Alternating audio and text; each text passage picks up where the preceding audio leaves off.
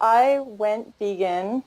I actually kind of went vegan twice. I went vegan first in 2007 because I had really bad acne. I was 23 at the time, and I was put on Accutane twice, and I had a doctor saying, I'll put you on again because it just wasn't going away. So, and obviously I was just on like a standard, whatever, American diet. And so that's when I started kind of looking into, I need to find a way to fix this because I didn't want to be on Accutane again. It's a horrible medication. It gives you like depression and dry everything and um, joint pain, night vision problems. Like it's just bad. So I started looking into, I guess, alternative stuff. And I came across the Skinny Bitch books. So those are obviously like a vegan book, and I did that for maybe like a day or so until I came across David Wolfe's book. It's Nature's First Law. It's like this funny book Mhm. where they're hanging out of a tree, and on every end of every chapter, it's cooked food is poison. It's a very yeah. So I read that book and I was like, this makes sense. This is the one thing I've never tried, right? Like a raw food diet. But of course, it's raw food as in like fruit and leaves and nuts and seeds and stuff. But I was hooked and I was like, okay, I'm going to try this. So the first thing I remember doing is I went to the fridge and I'm like, okay, what's raw in my fridge, my parents' fridge? And I found like a head of cauliflower. And I just took the head of cauliflower and I just ate a whole head of cauliflower. Like that was my interpretation of the raw food diet. And then, of course, I kept on reading and I discovered Doug Graham, who's 80-10-10. And that to me made more sense. The fruits, at least that's what like, chimpanzees eat or whatever. And we must be like them. So yeah, so that made more sense to me. And I started doing 80-10-10 very seriously and got into all the like forums, like the 30 bananas a day, like really hardcore into that kind of stuff. And I think soon after that, I went traveling. I was in New Zealand. And the first thing I kind of remember is the bloating. Like I was just really bloated all the time. And I remember one time, like it just my stomach was just so big, and I was hanging out with someone, and they were like shocked at just how big my stomach was, and worried that like, I had this issue. And of course, like it passed, like it was fine. But then, and I was like, it must be my food combining. Like I'm not food combining properly. So then I started, really making sure like I food combine and everything, and it did help with the bloating and stuff. But I had lost a lot of weight right away. Like I went down, I think probably 20 pounds right away. And I lost my period pretty much right away for the next year, I would say. Um, and I also had like those little candida bumps on my forehead, but I didn't really realize it until one time I was taking like a nutrition course at like a naturopathic college in New Zealand. And I never finished the course because my nutrition knowledge was not so good at the time. But a naturopath looked at me and she was like, "You're eating too much sugar." And I was like, "No, I can't be eating too much sugar. It's natural sugar, it's fruit sugar. Uh, I'm doing the best diet I possibly could." And um, anyway, but she knew right off the bat, I'm eating too much sugar. I ended up going to Harley and Freely's like first ever raw retreat, and I met a lot of people there, and I ended up doing some traveling on my own in Australia and stuff. And when I was in Australia, I was doing like a permaculture course, and we were camping and stuff. And I remember I was like, I'm on the most natural diet. Like I shouldn't really have to be brushing my teeth, right? Because you know it shouldn't harm your teeth. Like monkeys in the wild don't brush their teeth. So I kind of stopped brushing. Like not, I would still kind of like pick the stuff off. And if there was something, I would kind of brush it off. But I kind of stopped kind of brushing my teeth in a way, and they didn't feel so good. So I kind of started again just with water. But when I came home from that trip, I went to the dentist and I had like erosion on my two front teeth, and my back teeth were really bad. I still have my wisdom teeth from childhood, and they were just all decayed, and they were, him and the hygienist were like looking at me, and they were like, what are you doing, because they've known me since a kid, and they're like, what is wrong? They're like, are you sucking on candies all day or drinking pop? And I was like, no, I was just eating fruit. And they couldn't figure it out. They thought I was lying, like my teeth couldn't be that bad, right? So I ended up getting 4 fillings here, and then one of my front teeth filled, and later on I had to get the other front tooth filled as well.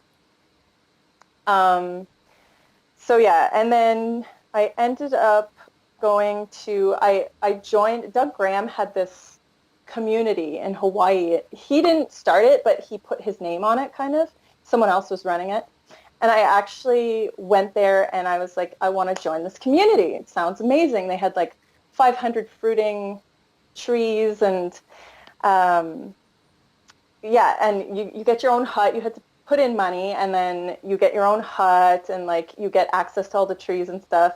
Anyway, so I ended up doing that, and it was like, I don't know, it was an interesting experience. It ended up totally falling apart because there was so much infighting, and everyone lost all their money, and it was a pretty bad experience. Doug Graham never once showed up to the community. Like, he just kind of put his name on it and got his share of whatever.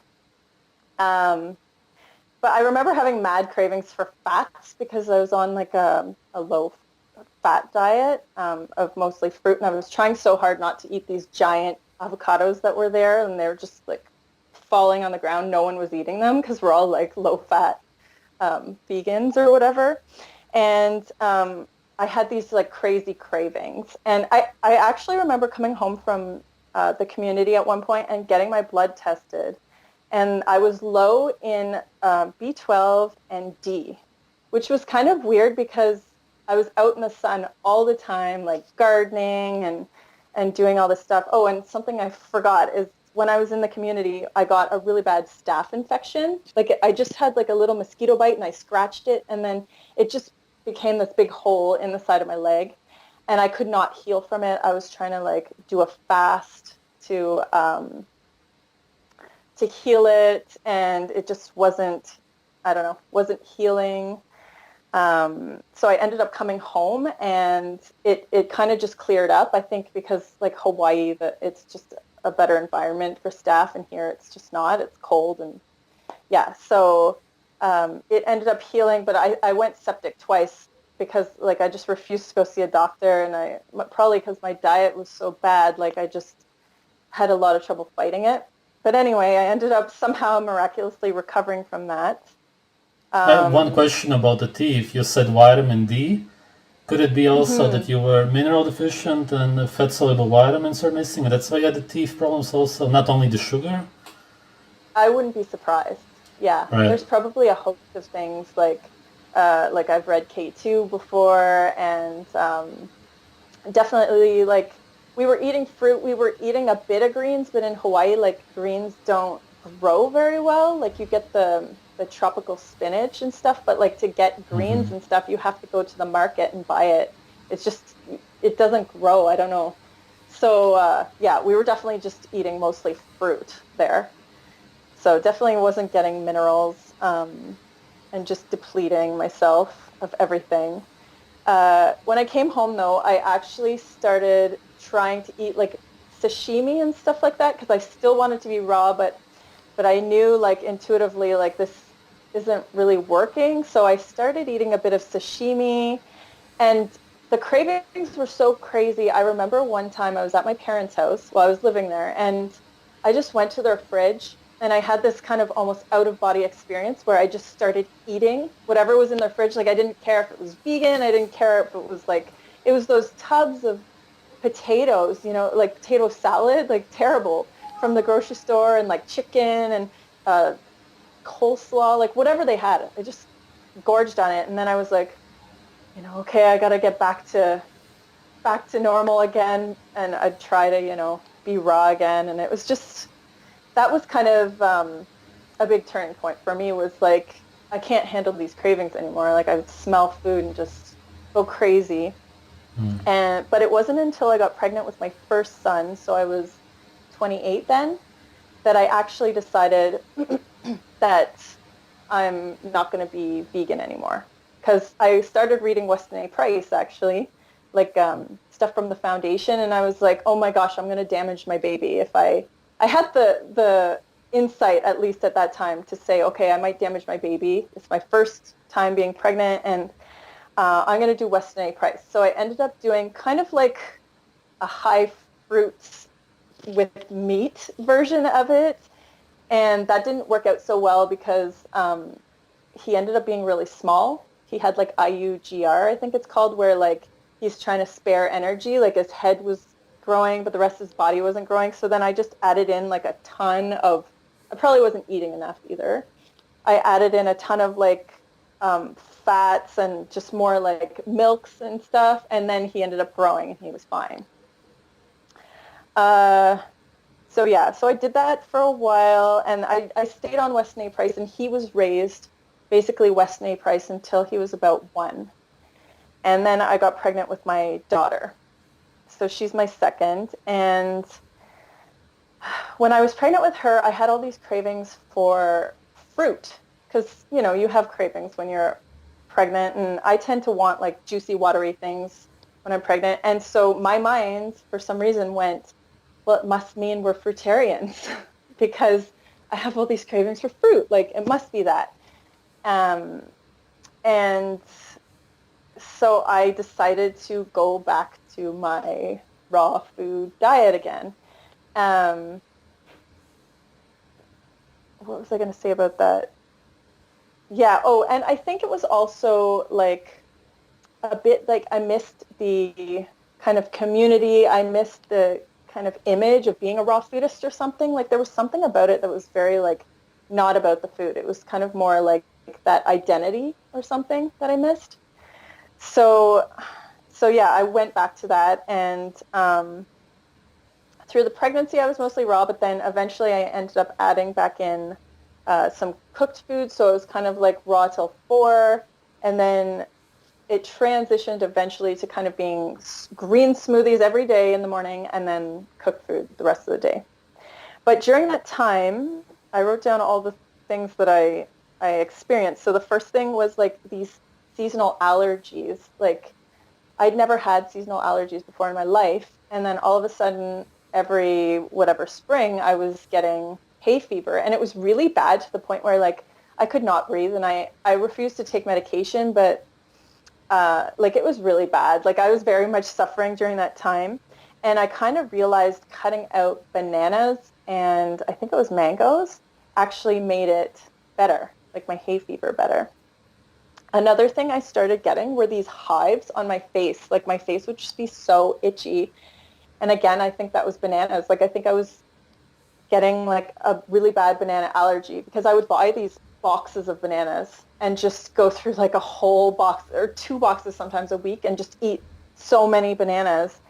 Um, so yeah, hives on my face. And one time I just broke out completely in hives. I was really afraid I was gonna like, my throat would seize up, but it didn't. When I gave birth to my daughter, I got like a whole bunch of gray hairs, which was interesting, like probably the mineral thing that you're saying. And also like I lost a ton of hair, which I don't remember happening with my son. Um, I think like a lot of women lose hair after pregnancy, but like it didn't happen the first time to me. So I'm thinking, it's a bit unusual for me to be losing that much hair. And I think that's kind of the timeline when I started like really getting regular migraines. I had done, before I moved to the community and everything, I did a fast, a long water fast with Lauren Lockman in his, um, yeah, he was in Panama at the time, and I did one there. And I remember getting my very first migraine during that fast. Like it was just the worst pain I've ever had in my life. But they hadn't really been regular. And I think it was kind of after I gave birth to my daughter that the migraines started coming more regularly. So she was kind of okay. Like she looked kind of chubby and stuff and still okay up until she was about a year old because she was breastfed. I breastfed her for 2 years. And I breastfed my son the same way for 2.5 years. But for her, once she turned 1, she started getting decay in her 4 front teeth, mainly like the 2 outer front 4, but then the 2 middle too. And she was still like very much on breast milk. So, but she was eating a lot of fruit too. And I would sometimes give her dried fruit, but I really was careful about that because I knew the dried fruit sticks and stuff, and I knew I had teeth problems. Um, and she was also very small at that point. My doctor was like, she must not be getting enough iron. I never had her tested because I didn't want to poke her with, I don't know, stuff, and drawing blood from like a 1-year-old is really kind of a horrible experience. So I was like, I kind of agreed to give her a multivitamin and just supplement her. And then I had to have her teeth repaired several times because when a child that young has teeth problems, they have to go under anesthesia usually and have it's like a procedure in a hospital. They were going to charge me $4,000 and I didn't have $4,000.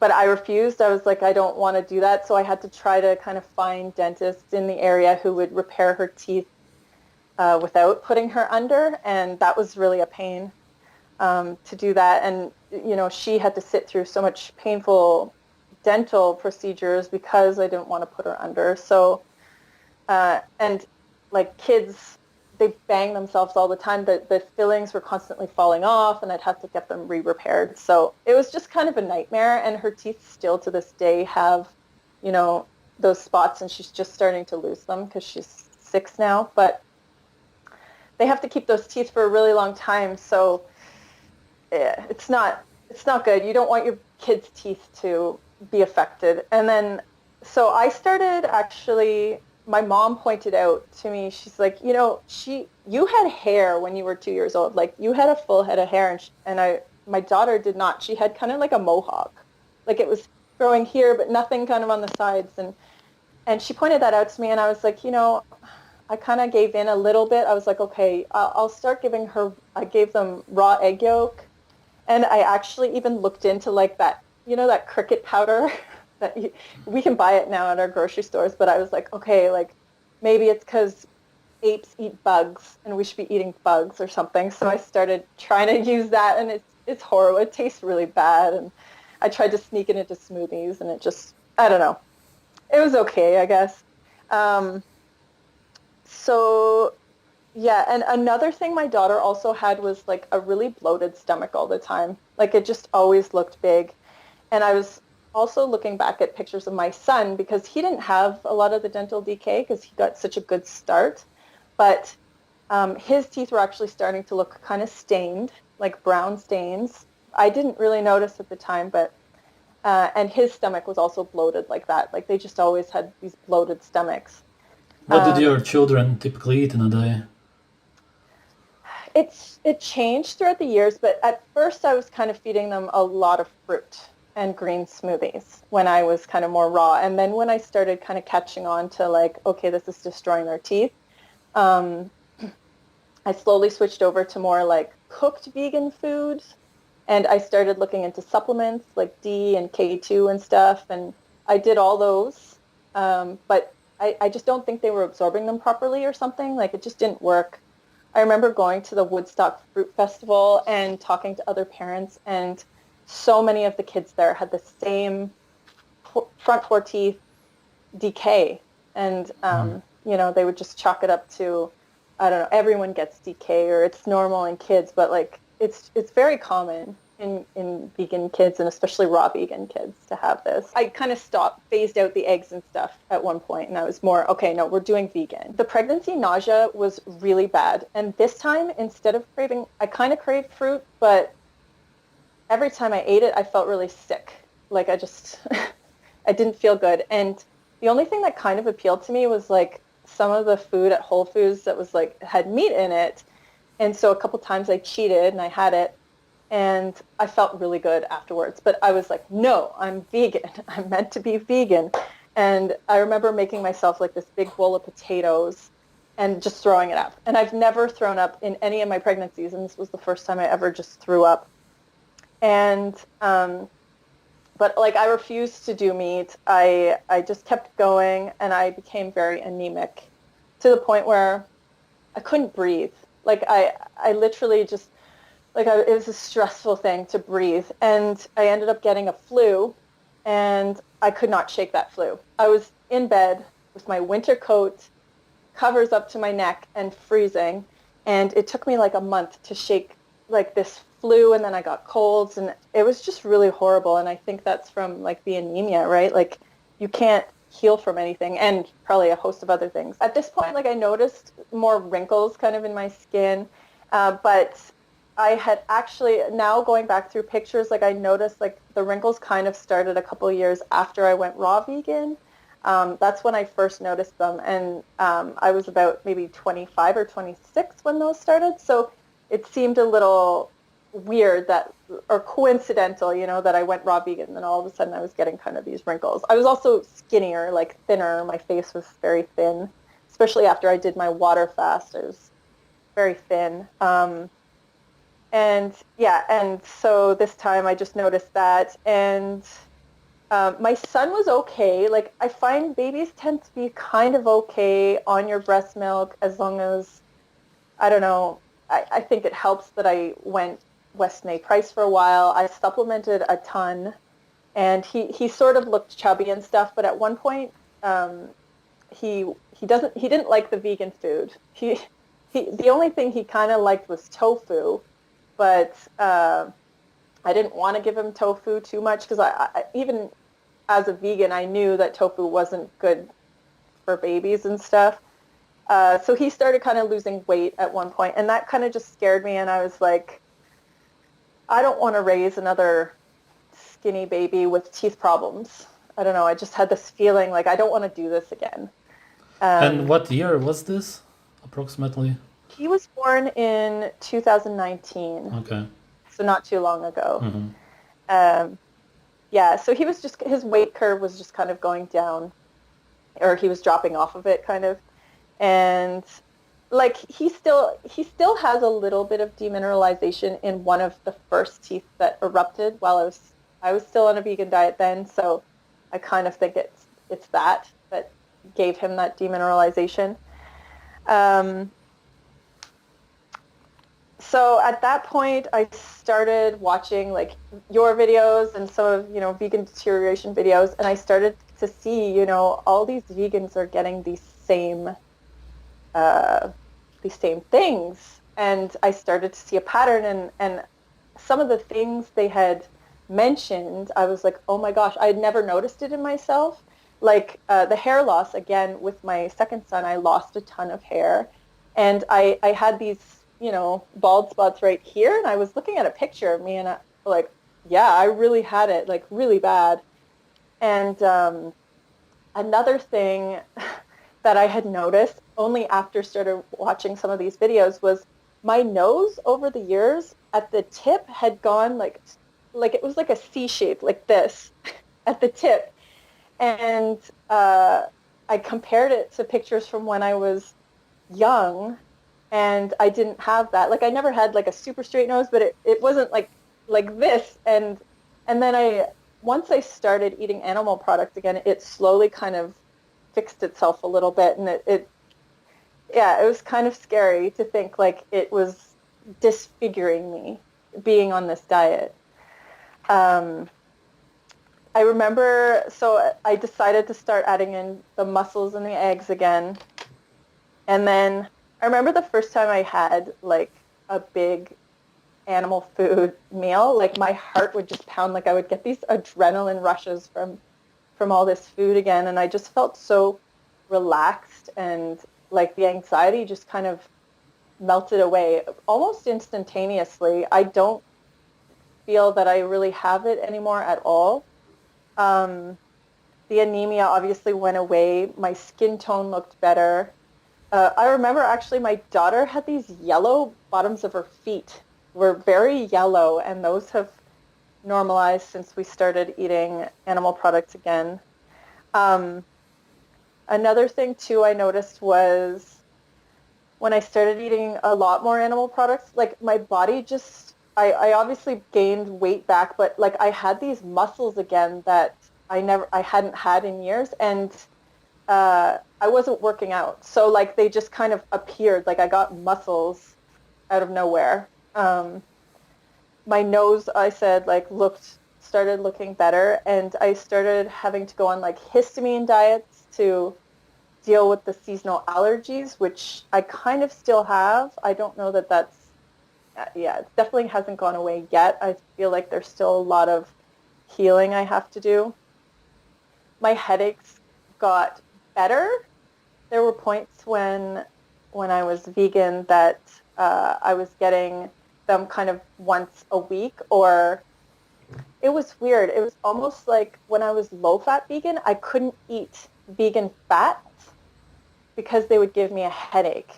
So I just chalked it up to, oh, we're meant to be low fat animals or whatever. Like we're meant to be low fat because for some reason the vegan fats I couldn't do. And it was probably like nuts and stuff, like I just couldn't do them. They would give me headaches. But the animal fats, like I could totally do. I don't know what it was, but obviously they're different compositions. But yeah, I could do the animal fats and I wouldn't get a headache. And it actually helped my headaches to the point where now, like, sometimes I can go 3, sometimes 4 weeks without getting one, which is amazing compared to before.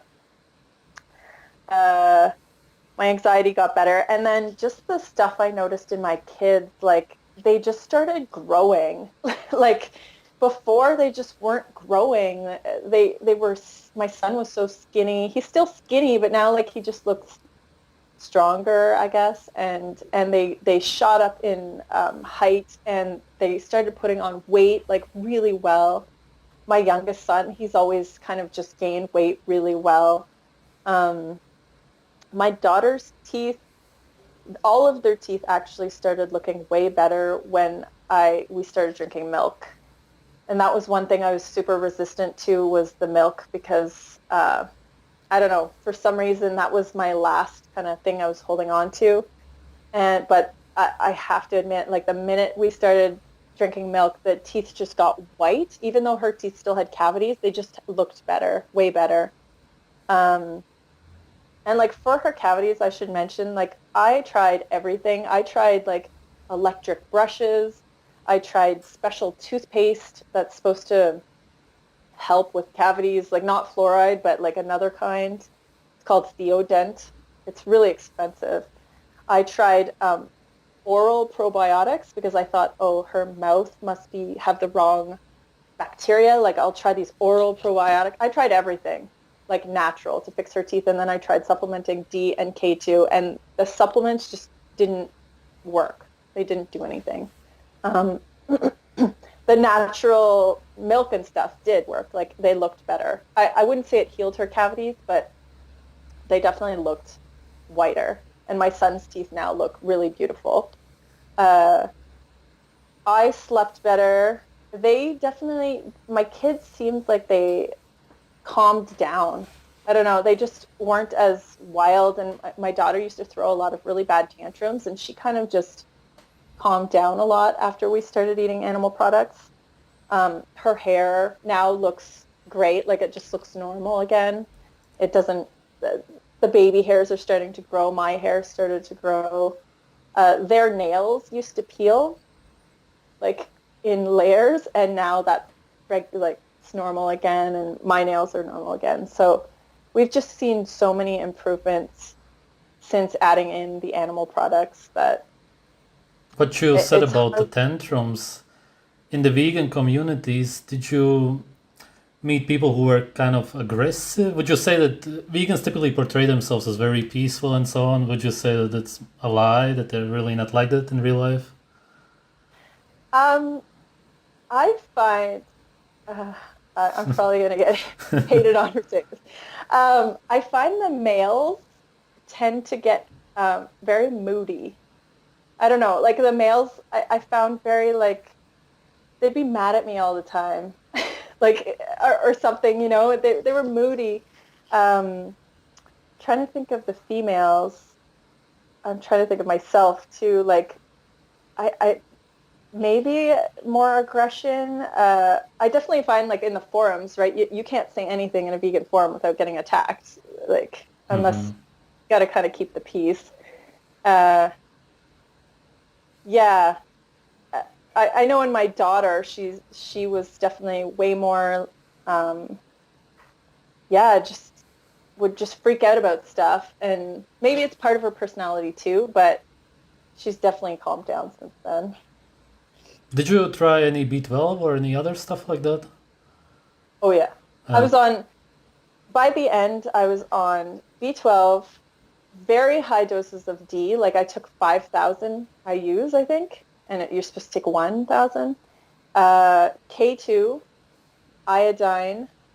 I was trying to get calcium from tofu and I would try to like eat, certain greens that were supposed to be high in calcium. I was very careful about my nutrition because I put everything into Chronometer all the time. Even as a raw vegan, I would put it all into Chronometer and be like, look, I'm getting everything. mhm. Um, and so, yeah, I was supplementing. Oh, and another thing was the DHA. There's like a vegan DHA you can buy. It's made from algae. We were taking that as well, and I noticed the first time we took it, we stopped getting sick. Like we used to get cold after cold after cold all winter. And when I took this vegan DHA, it was like our colds just stopped and it was really shocking. That was another thing that I was like, that doesn't make sense because we should be getting omega 3s, right? Like we eat flax, we do all this stuff, and yeah, we stopped getting our colds after the DHA. Any other interesting stories you remember during the time? It's a pretty long period. Any interesting people you met or any stories? Any vegans? Yeah. Well, dealing with Doug Graham was interesting. Uh, I was surprised, like with the whole community thing, that was a huge mess. We ended up kicking out the guy who started the community.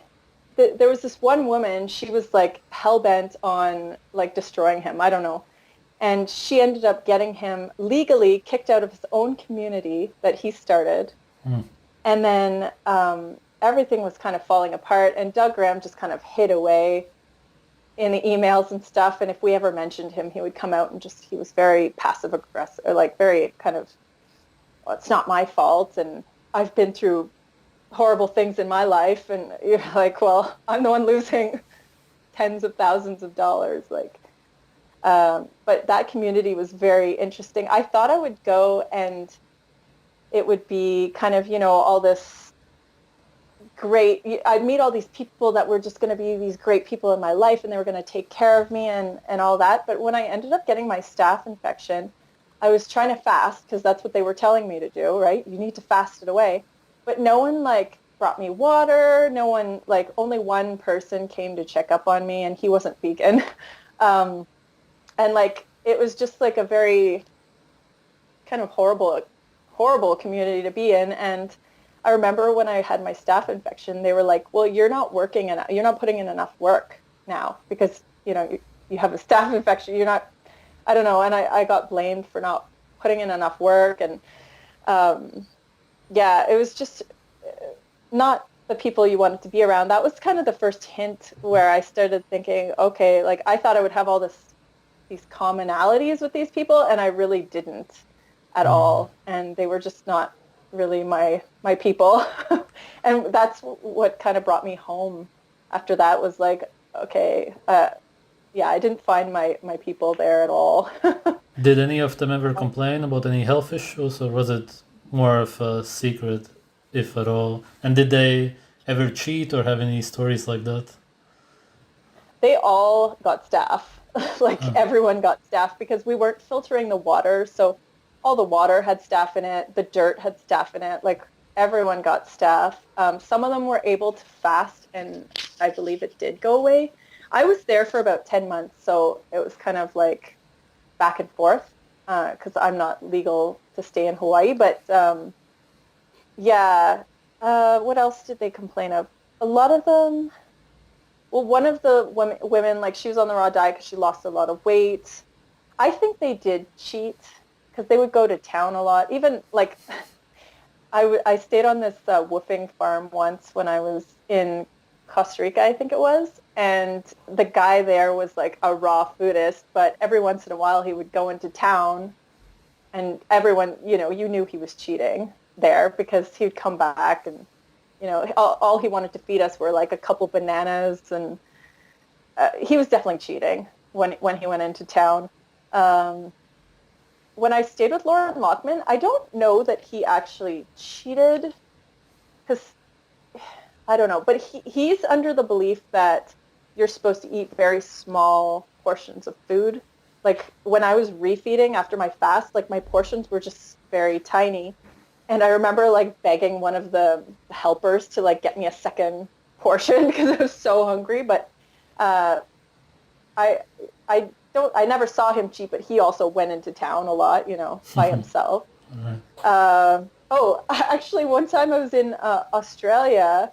I saw David Wolf. He was there for some reason at the same time, and he was at like a food truck that was not vegan, not raw, anything. So I'm sure there's a lot of cheating that goes on. I think this community that I was in, like a lot of them weren't hardcore raw vegans, or like they were kind of trying to be, but they definitely were eating cooked food when they went into town. Some of the kids too, like they were young kids and they wanted pizza, they'd go into town and they'd want pizza. So they would have pizza and then they would come back to the community and try to be raw again.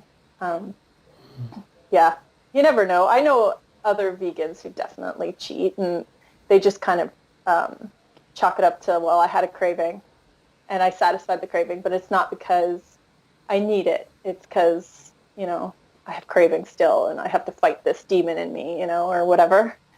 But yeah. Oh, there's one thing that happened at the community that's kind of sad.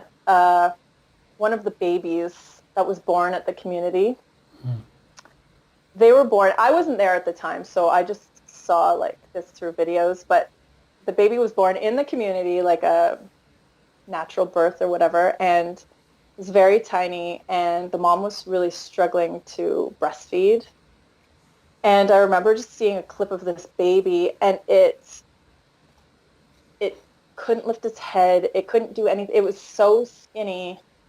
And another baby had been born, like a friend of theirs was born at the same time. And this baby was upright, chubby, like she cheated. Like she just cheated her whole pregnancy. And her husband was a very adamant raw foodist, and he was very angry at her for cheating. But she would sneak, like broccoli into the house and have to steam it because he didn't want her eating anything cooked. But because she cheated, the baby looked good. And this other baby, like seriously, I don't know how it lived because I really didn't think it was going to make it. And then I guess the couple decided to go back to the mainland and start eating cooked starches again. And she got her breast milk. And then I saw a picture. I'm not in contact with them, but I saw a picture and the baby did look way better, like at least chubby and stuff. But who knows, like the neurological damage that could have happened during that time or anything like that. That was kind of one of the scarier things I've seen with kids. A lot of the kids at the Woodstock Fruit Festival, like some of the ones, I don't want to name names, but some of the ones who were raised by like fruitarian parents, they just like, they seemed like they couldn't calm down. They were just bouncing off the walls and they'd talk to you and they had so much to say and they were just like all over the place and very thin and just like their energy was really off. You know what I mean? Like it just seemed really off. I've met them like a few times and yeah, the ones that were in hardcore raw families, they didn't seem so great. I remember asking at the Woodstock Fruit Festival, like asking all the gurus or whatever, like, what am I supposed to do with my daughter's teeth? They're just they're crumbling out of her face. Like, what do I do? And none of them had any solutions. Some of them asked for water picks or whatever, or suggested water picks or whatever, like stuff like that, but like nothing really substantial. I actually remember Doug Graham in an interview, and I don't know where the interview could be found, but he was talking about his daughter's teeth, and they apparently crumbled out of her mouth as well. They just disintegrated. And I forget why he was talking about it, but he was saying something about, that's what the milk teeth are for. They're meant to just disintegrate out of the mouth or something. Out of so lots of teeth issues with those kids. I'm trying to think of other interesting experiences. If there was one thing that you could say to all vegans right now, what would it be? Do you have a message, anything, even if it's short? I'm not one to push. I don't care what people do once they're an adult. Just don't do it to kids. Like, it's an experiment. It's never been done, generation after generation after generation. It's never been successfully done, let's just say. And it's an experiment. And we shouldn't be experimenting on our kids like that. Like, you do whatever you want to your body. Like, that's your choice. I can't say anything about that. But don't put your kids on it. You don't have to put your kids on it too, just because you want to be vegan. Like, I would say, yeah, until for sure it's going to succeed. Don't put them through that. Because some of the damage, I think, isn't reversible eventually. Yeah. And be more aware. Like, take things seriously. Like, if I regret not taking certain things more seriously. I wish I had taken my daughter's teeth way more seriously, because in the end, like, it's not fun to deal with for her or for you. And she's stuck with those teeth forever. The regret that you'll have is kind of intense after a while. And that's part of the reason I wanted to do this, was because you don't want that regret. You don't want that guilty feeling as a parent. It's not a good feeling. So I think if parents do come to, eventually they'll feel that for sure. I met kind of along the way some vegans that were really damaged by B12 deficiency specifically.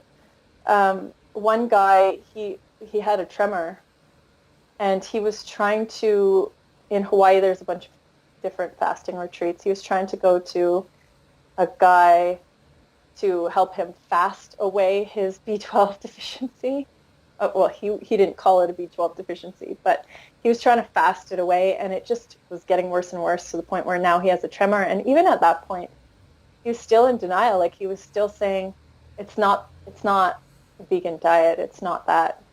And so it's hard. It's hard to get people to see.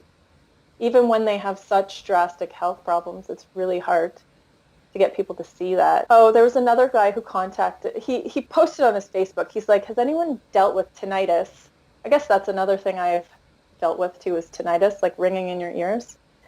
That kind of came on throughout the years, and that can be, you have bones in your ear. If those bones are deteriorating, you can get things like tinnitus, I think. And he messaged on his Facebook, anyone ever dealt with tinnitus? And I messaged, yeah, I have it. And he was like, what can make it stop? Like, it's driving me crazy. Like, he was almost becoming like suicidal because of this tinnitus, or probably other things.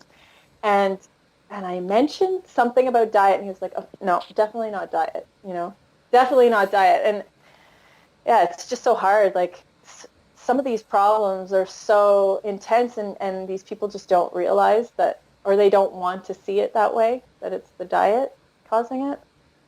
And it's kind of sad to think that, like, people could be in really deep depression or stuff like that, and they could change it, but they can't see through that. I don't know, Hmm. wall that's All right. Thank you for sharing your story. okay, you're welcome.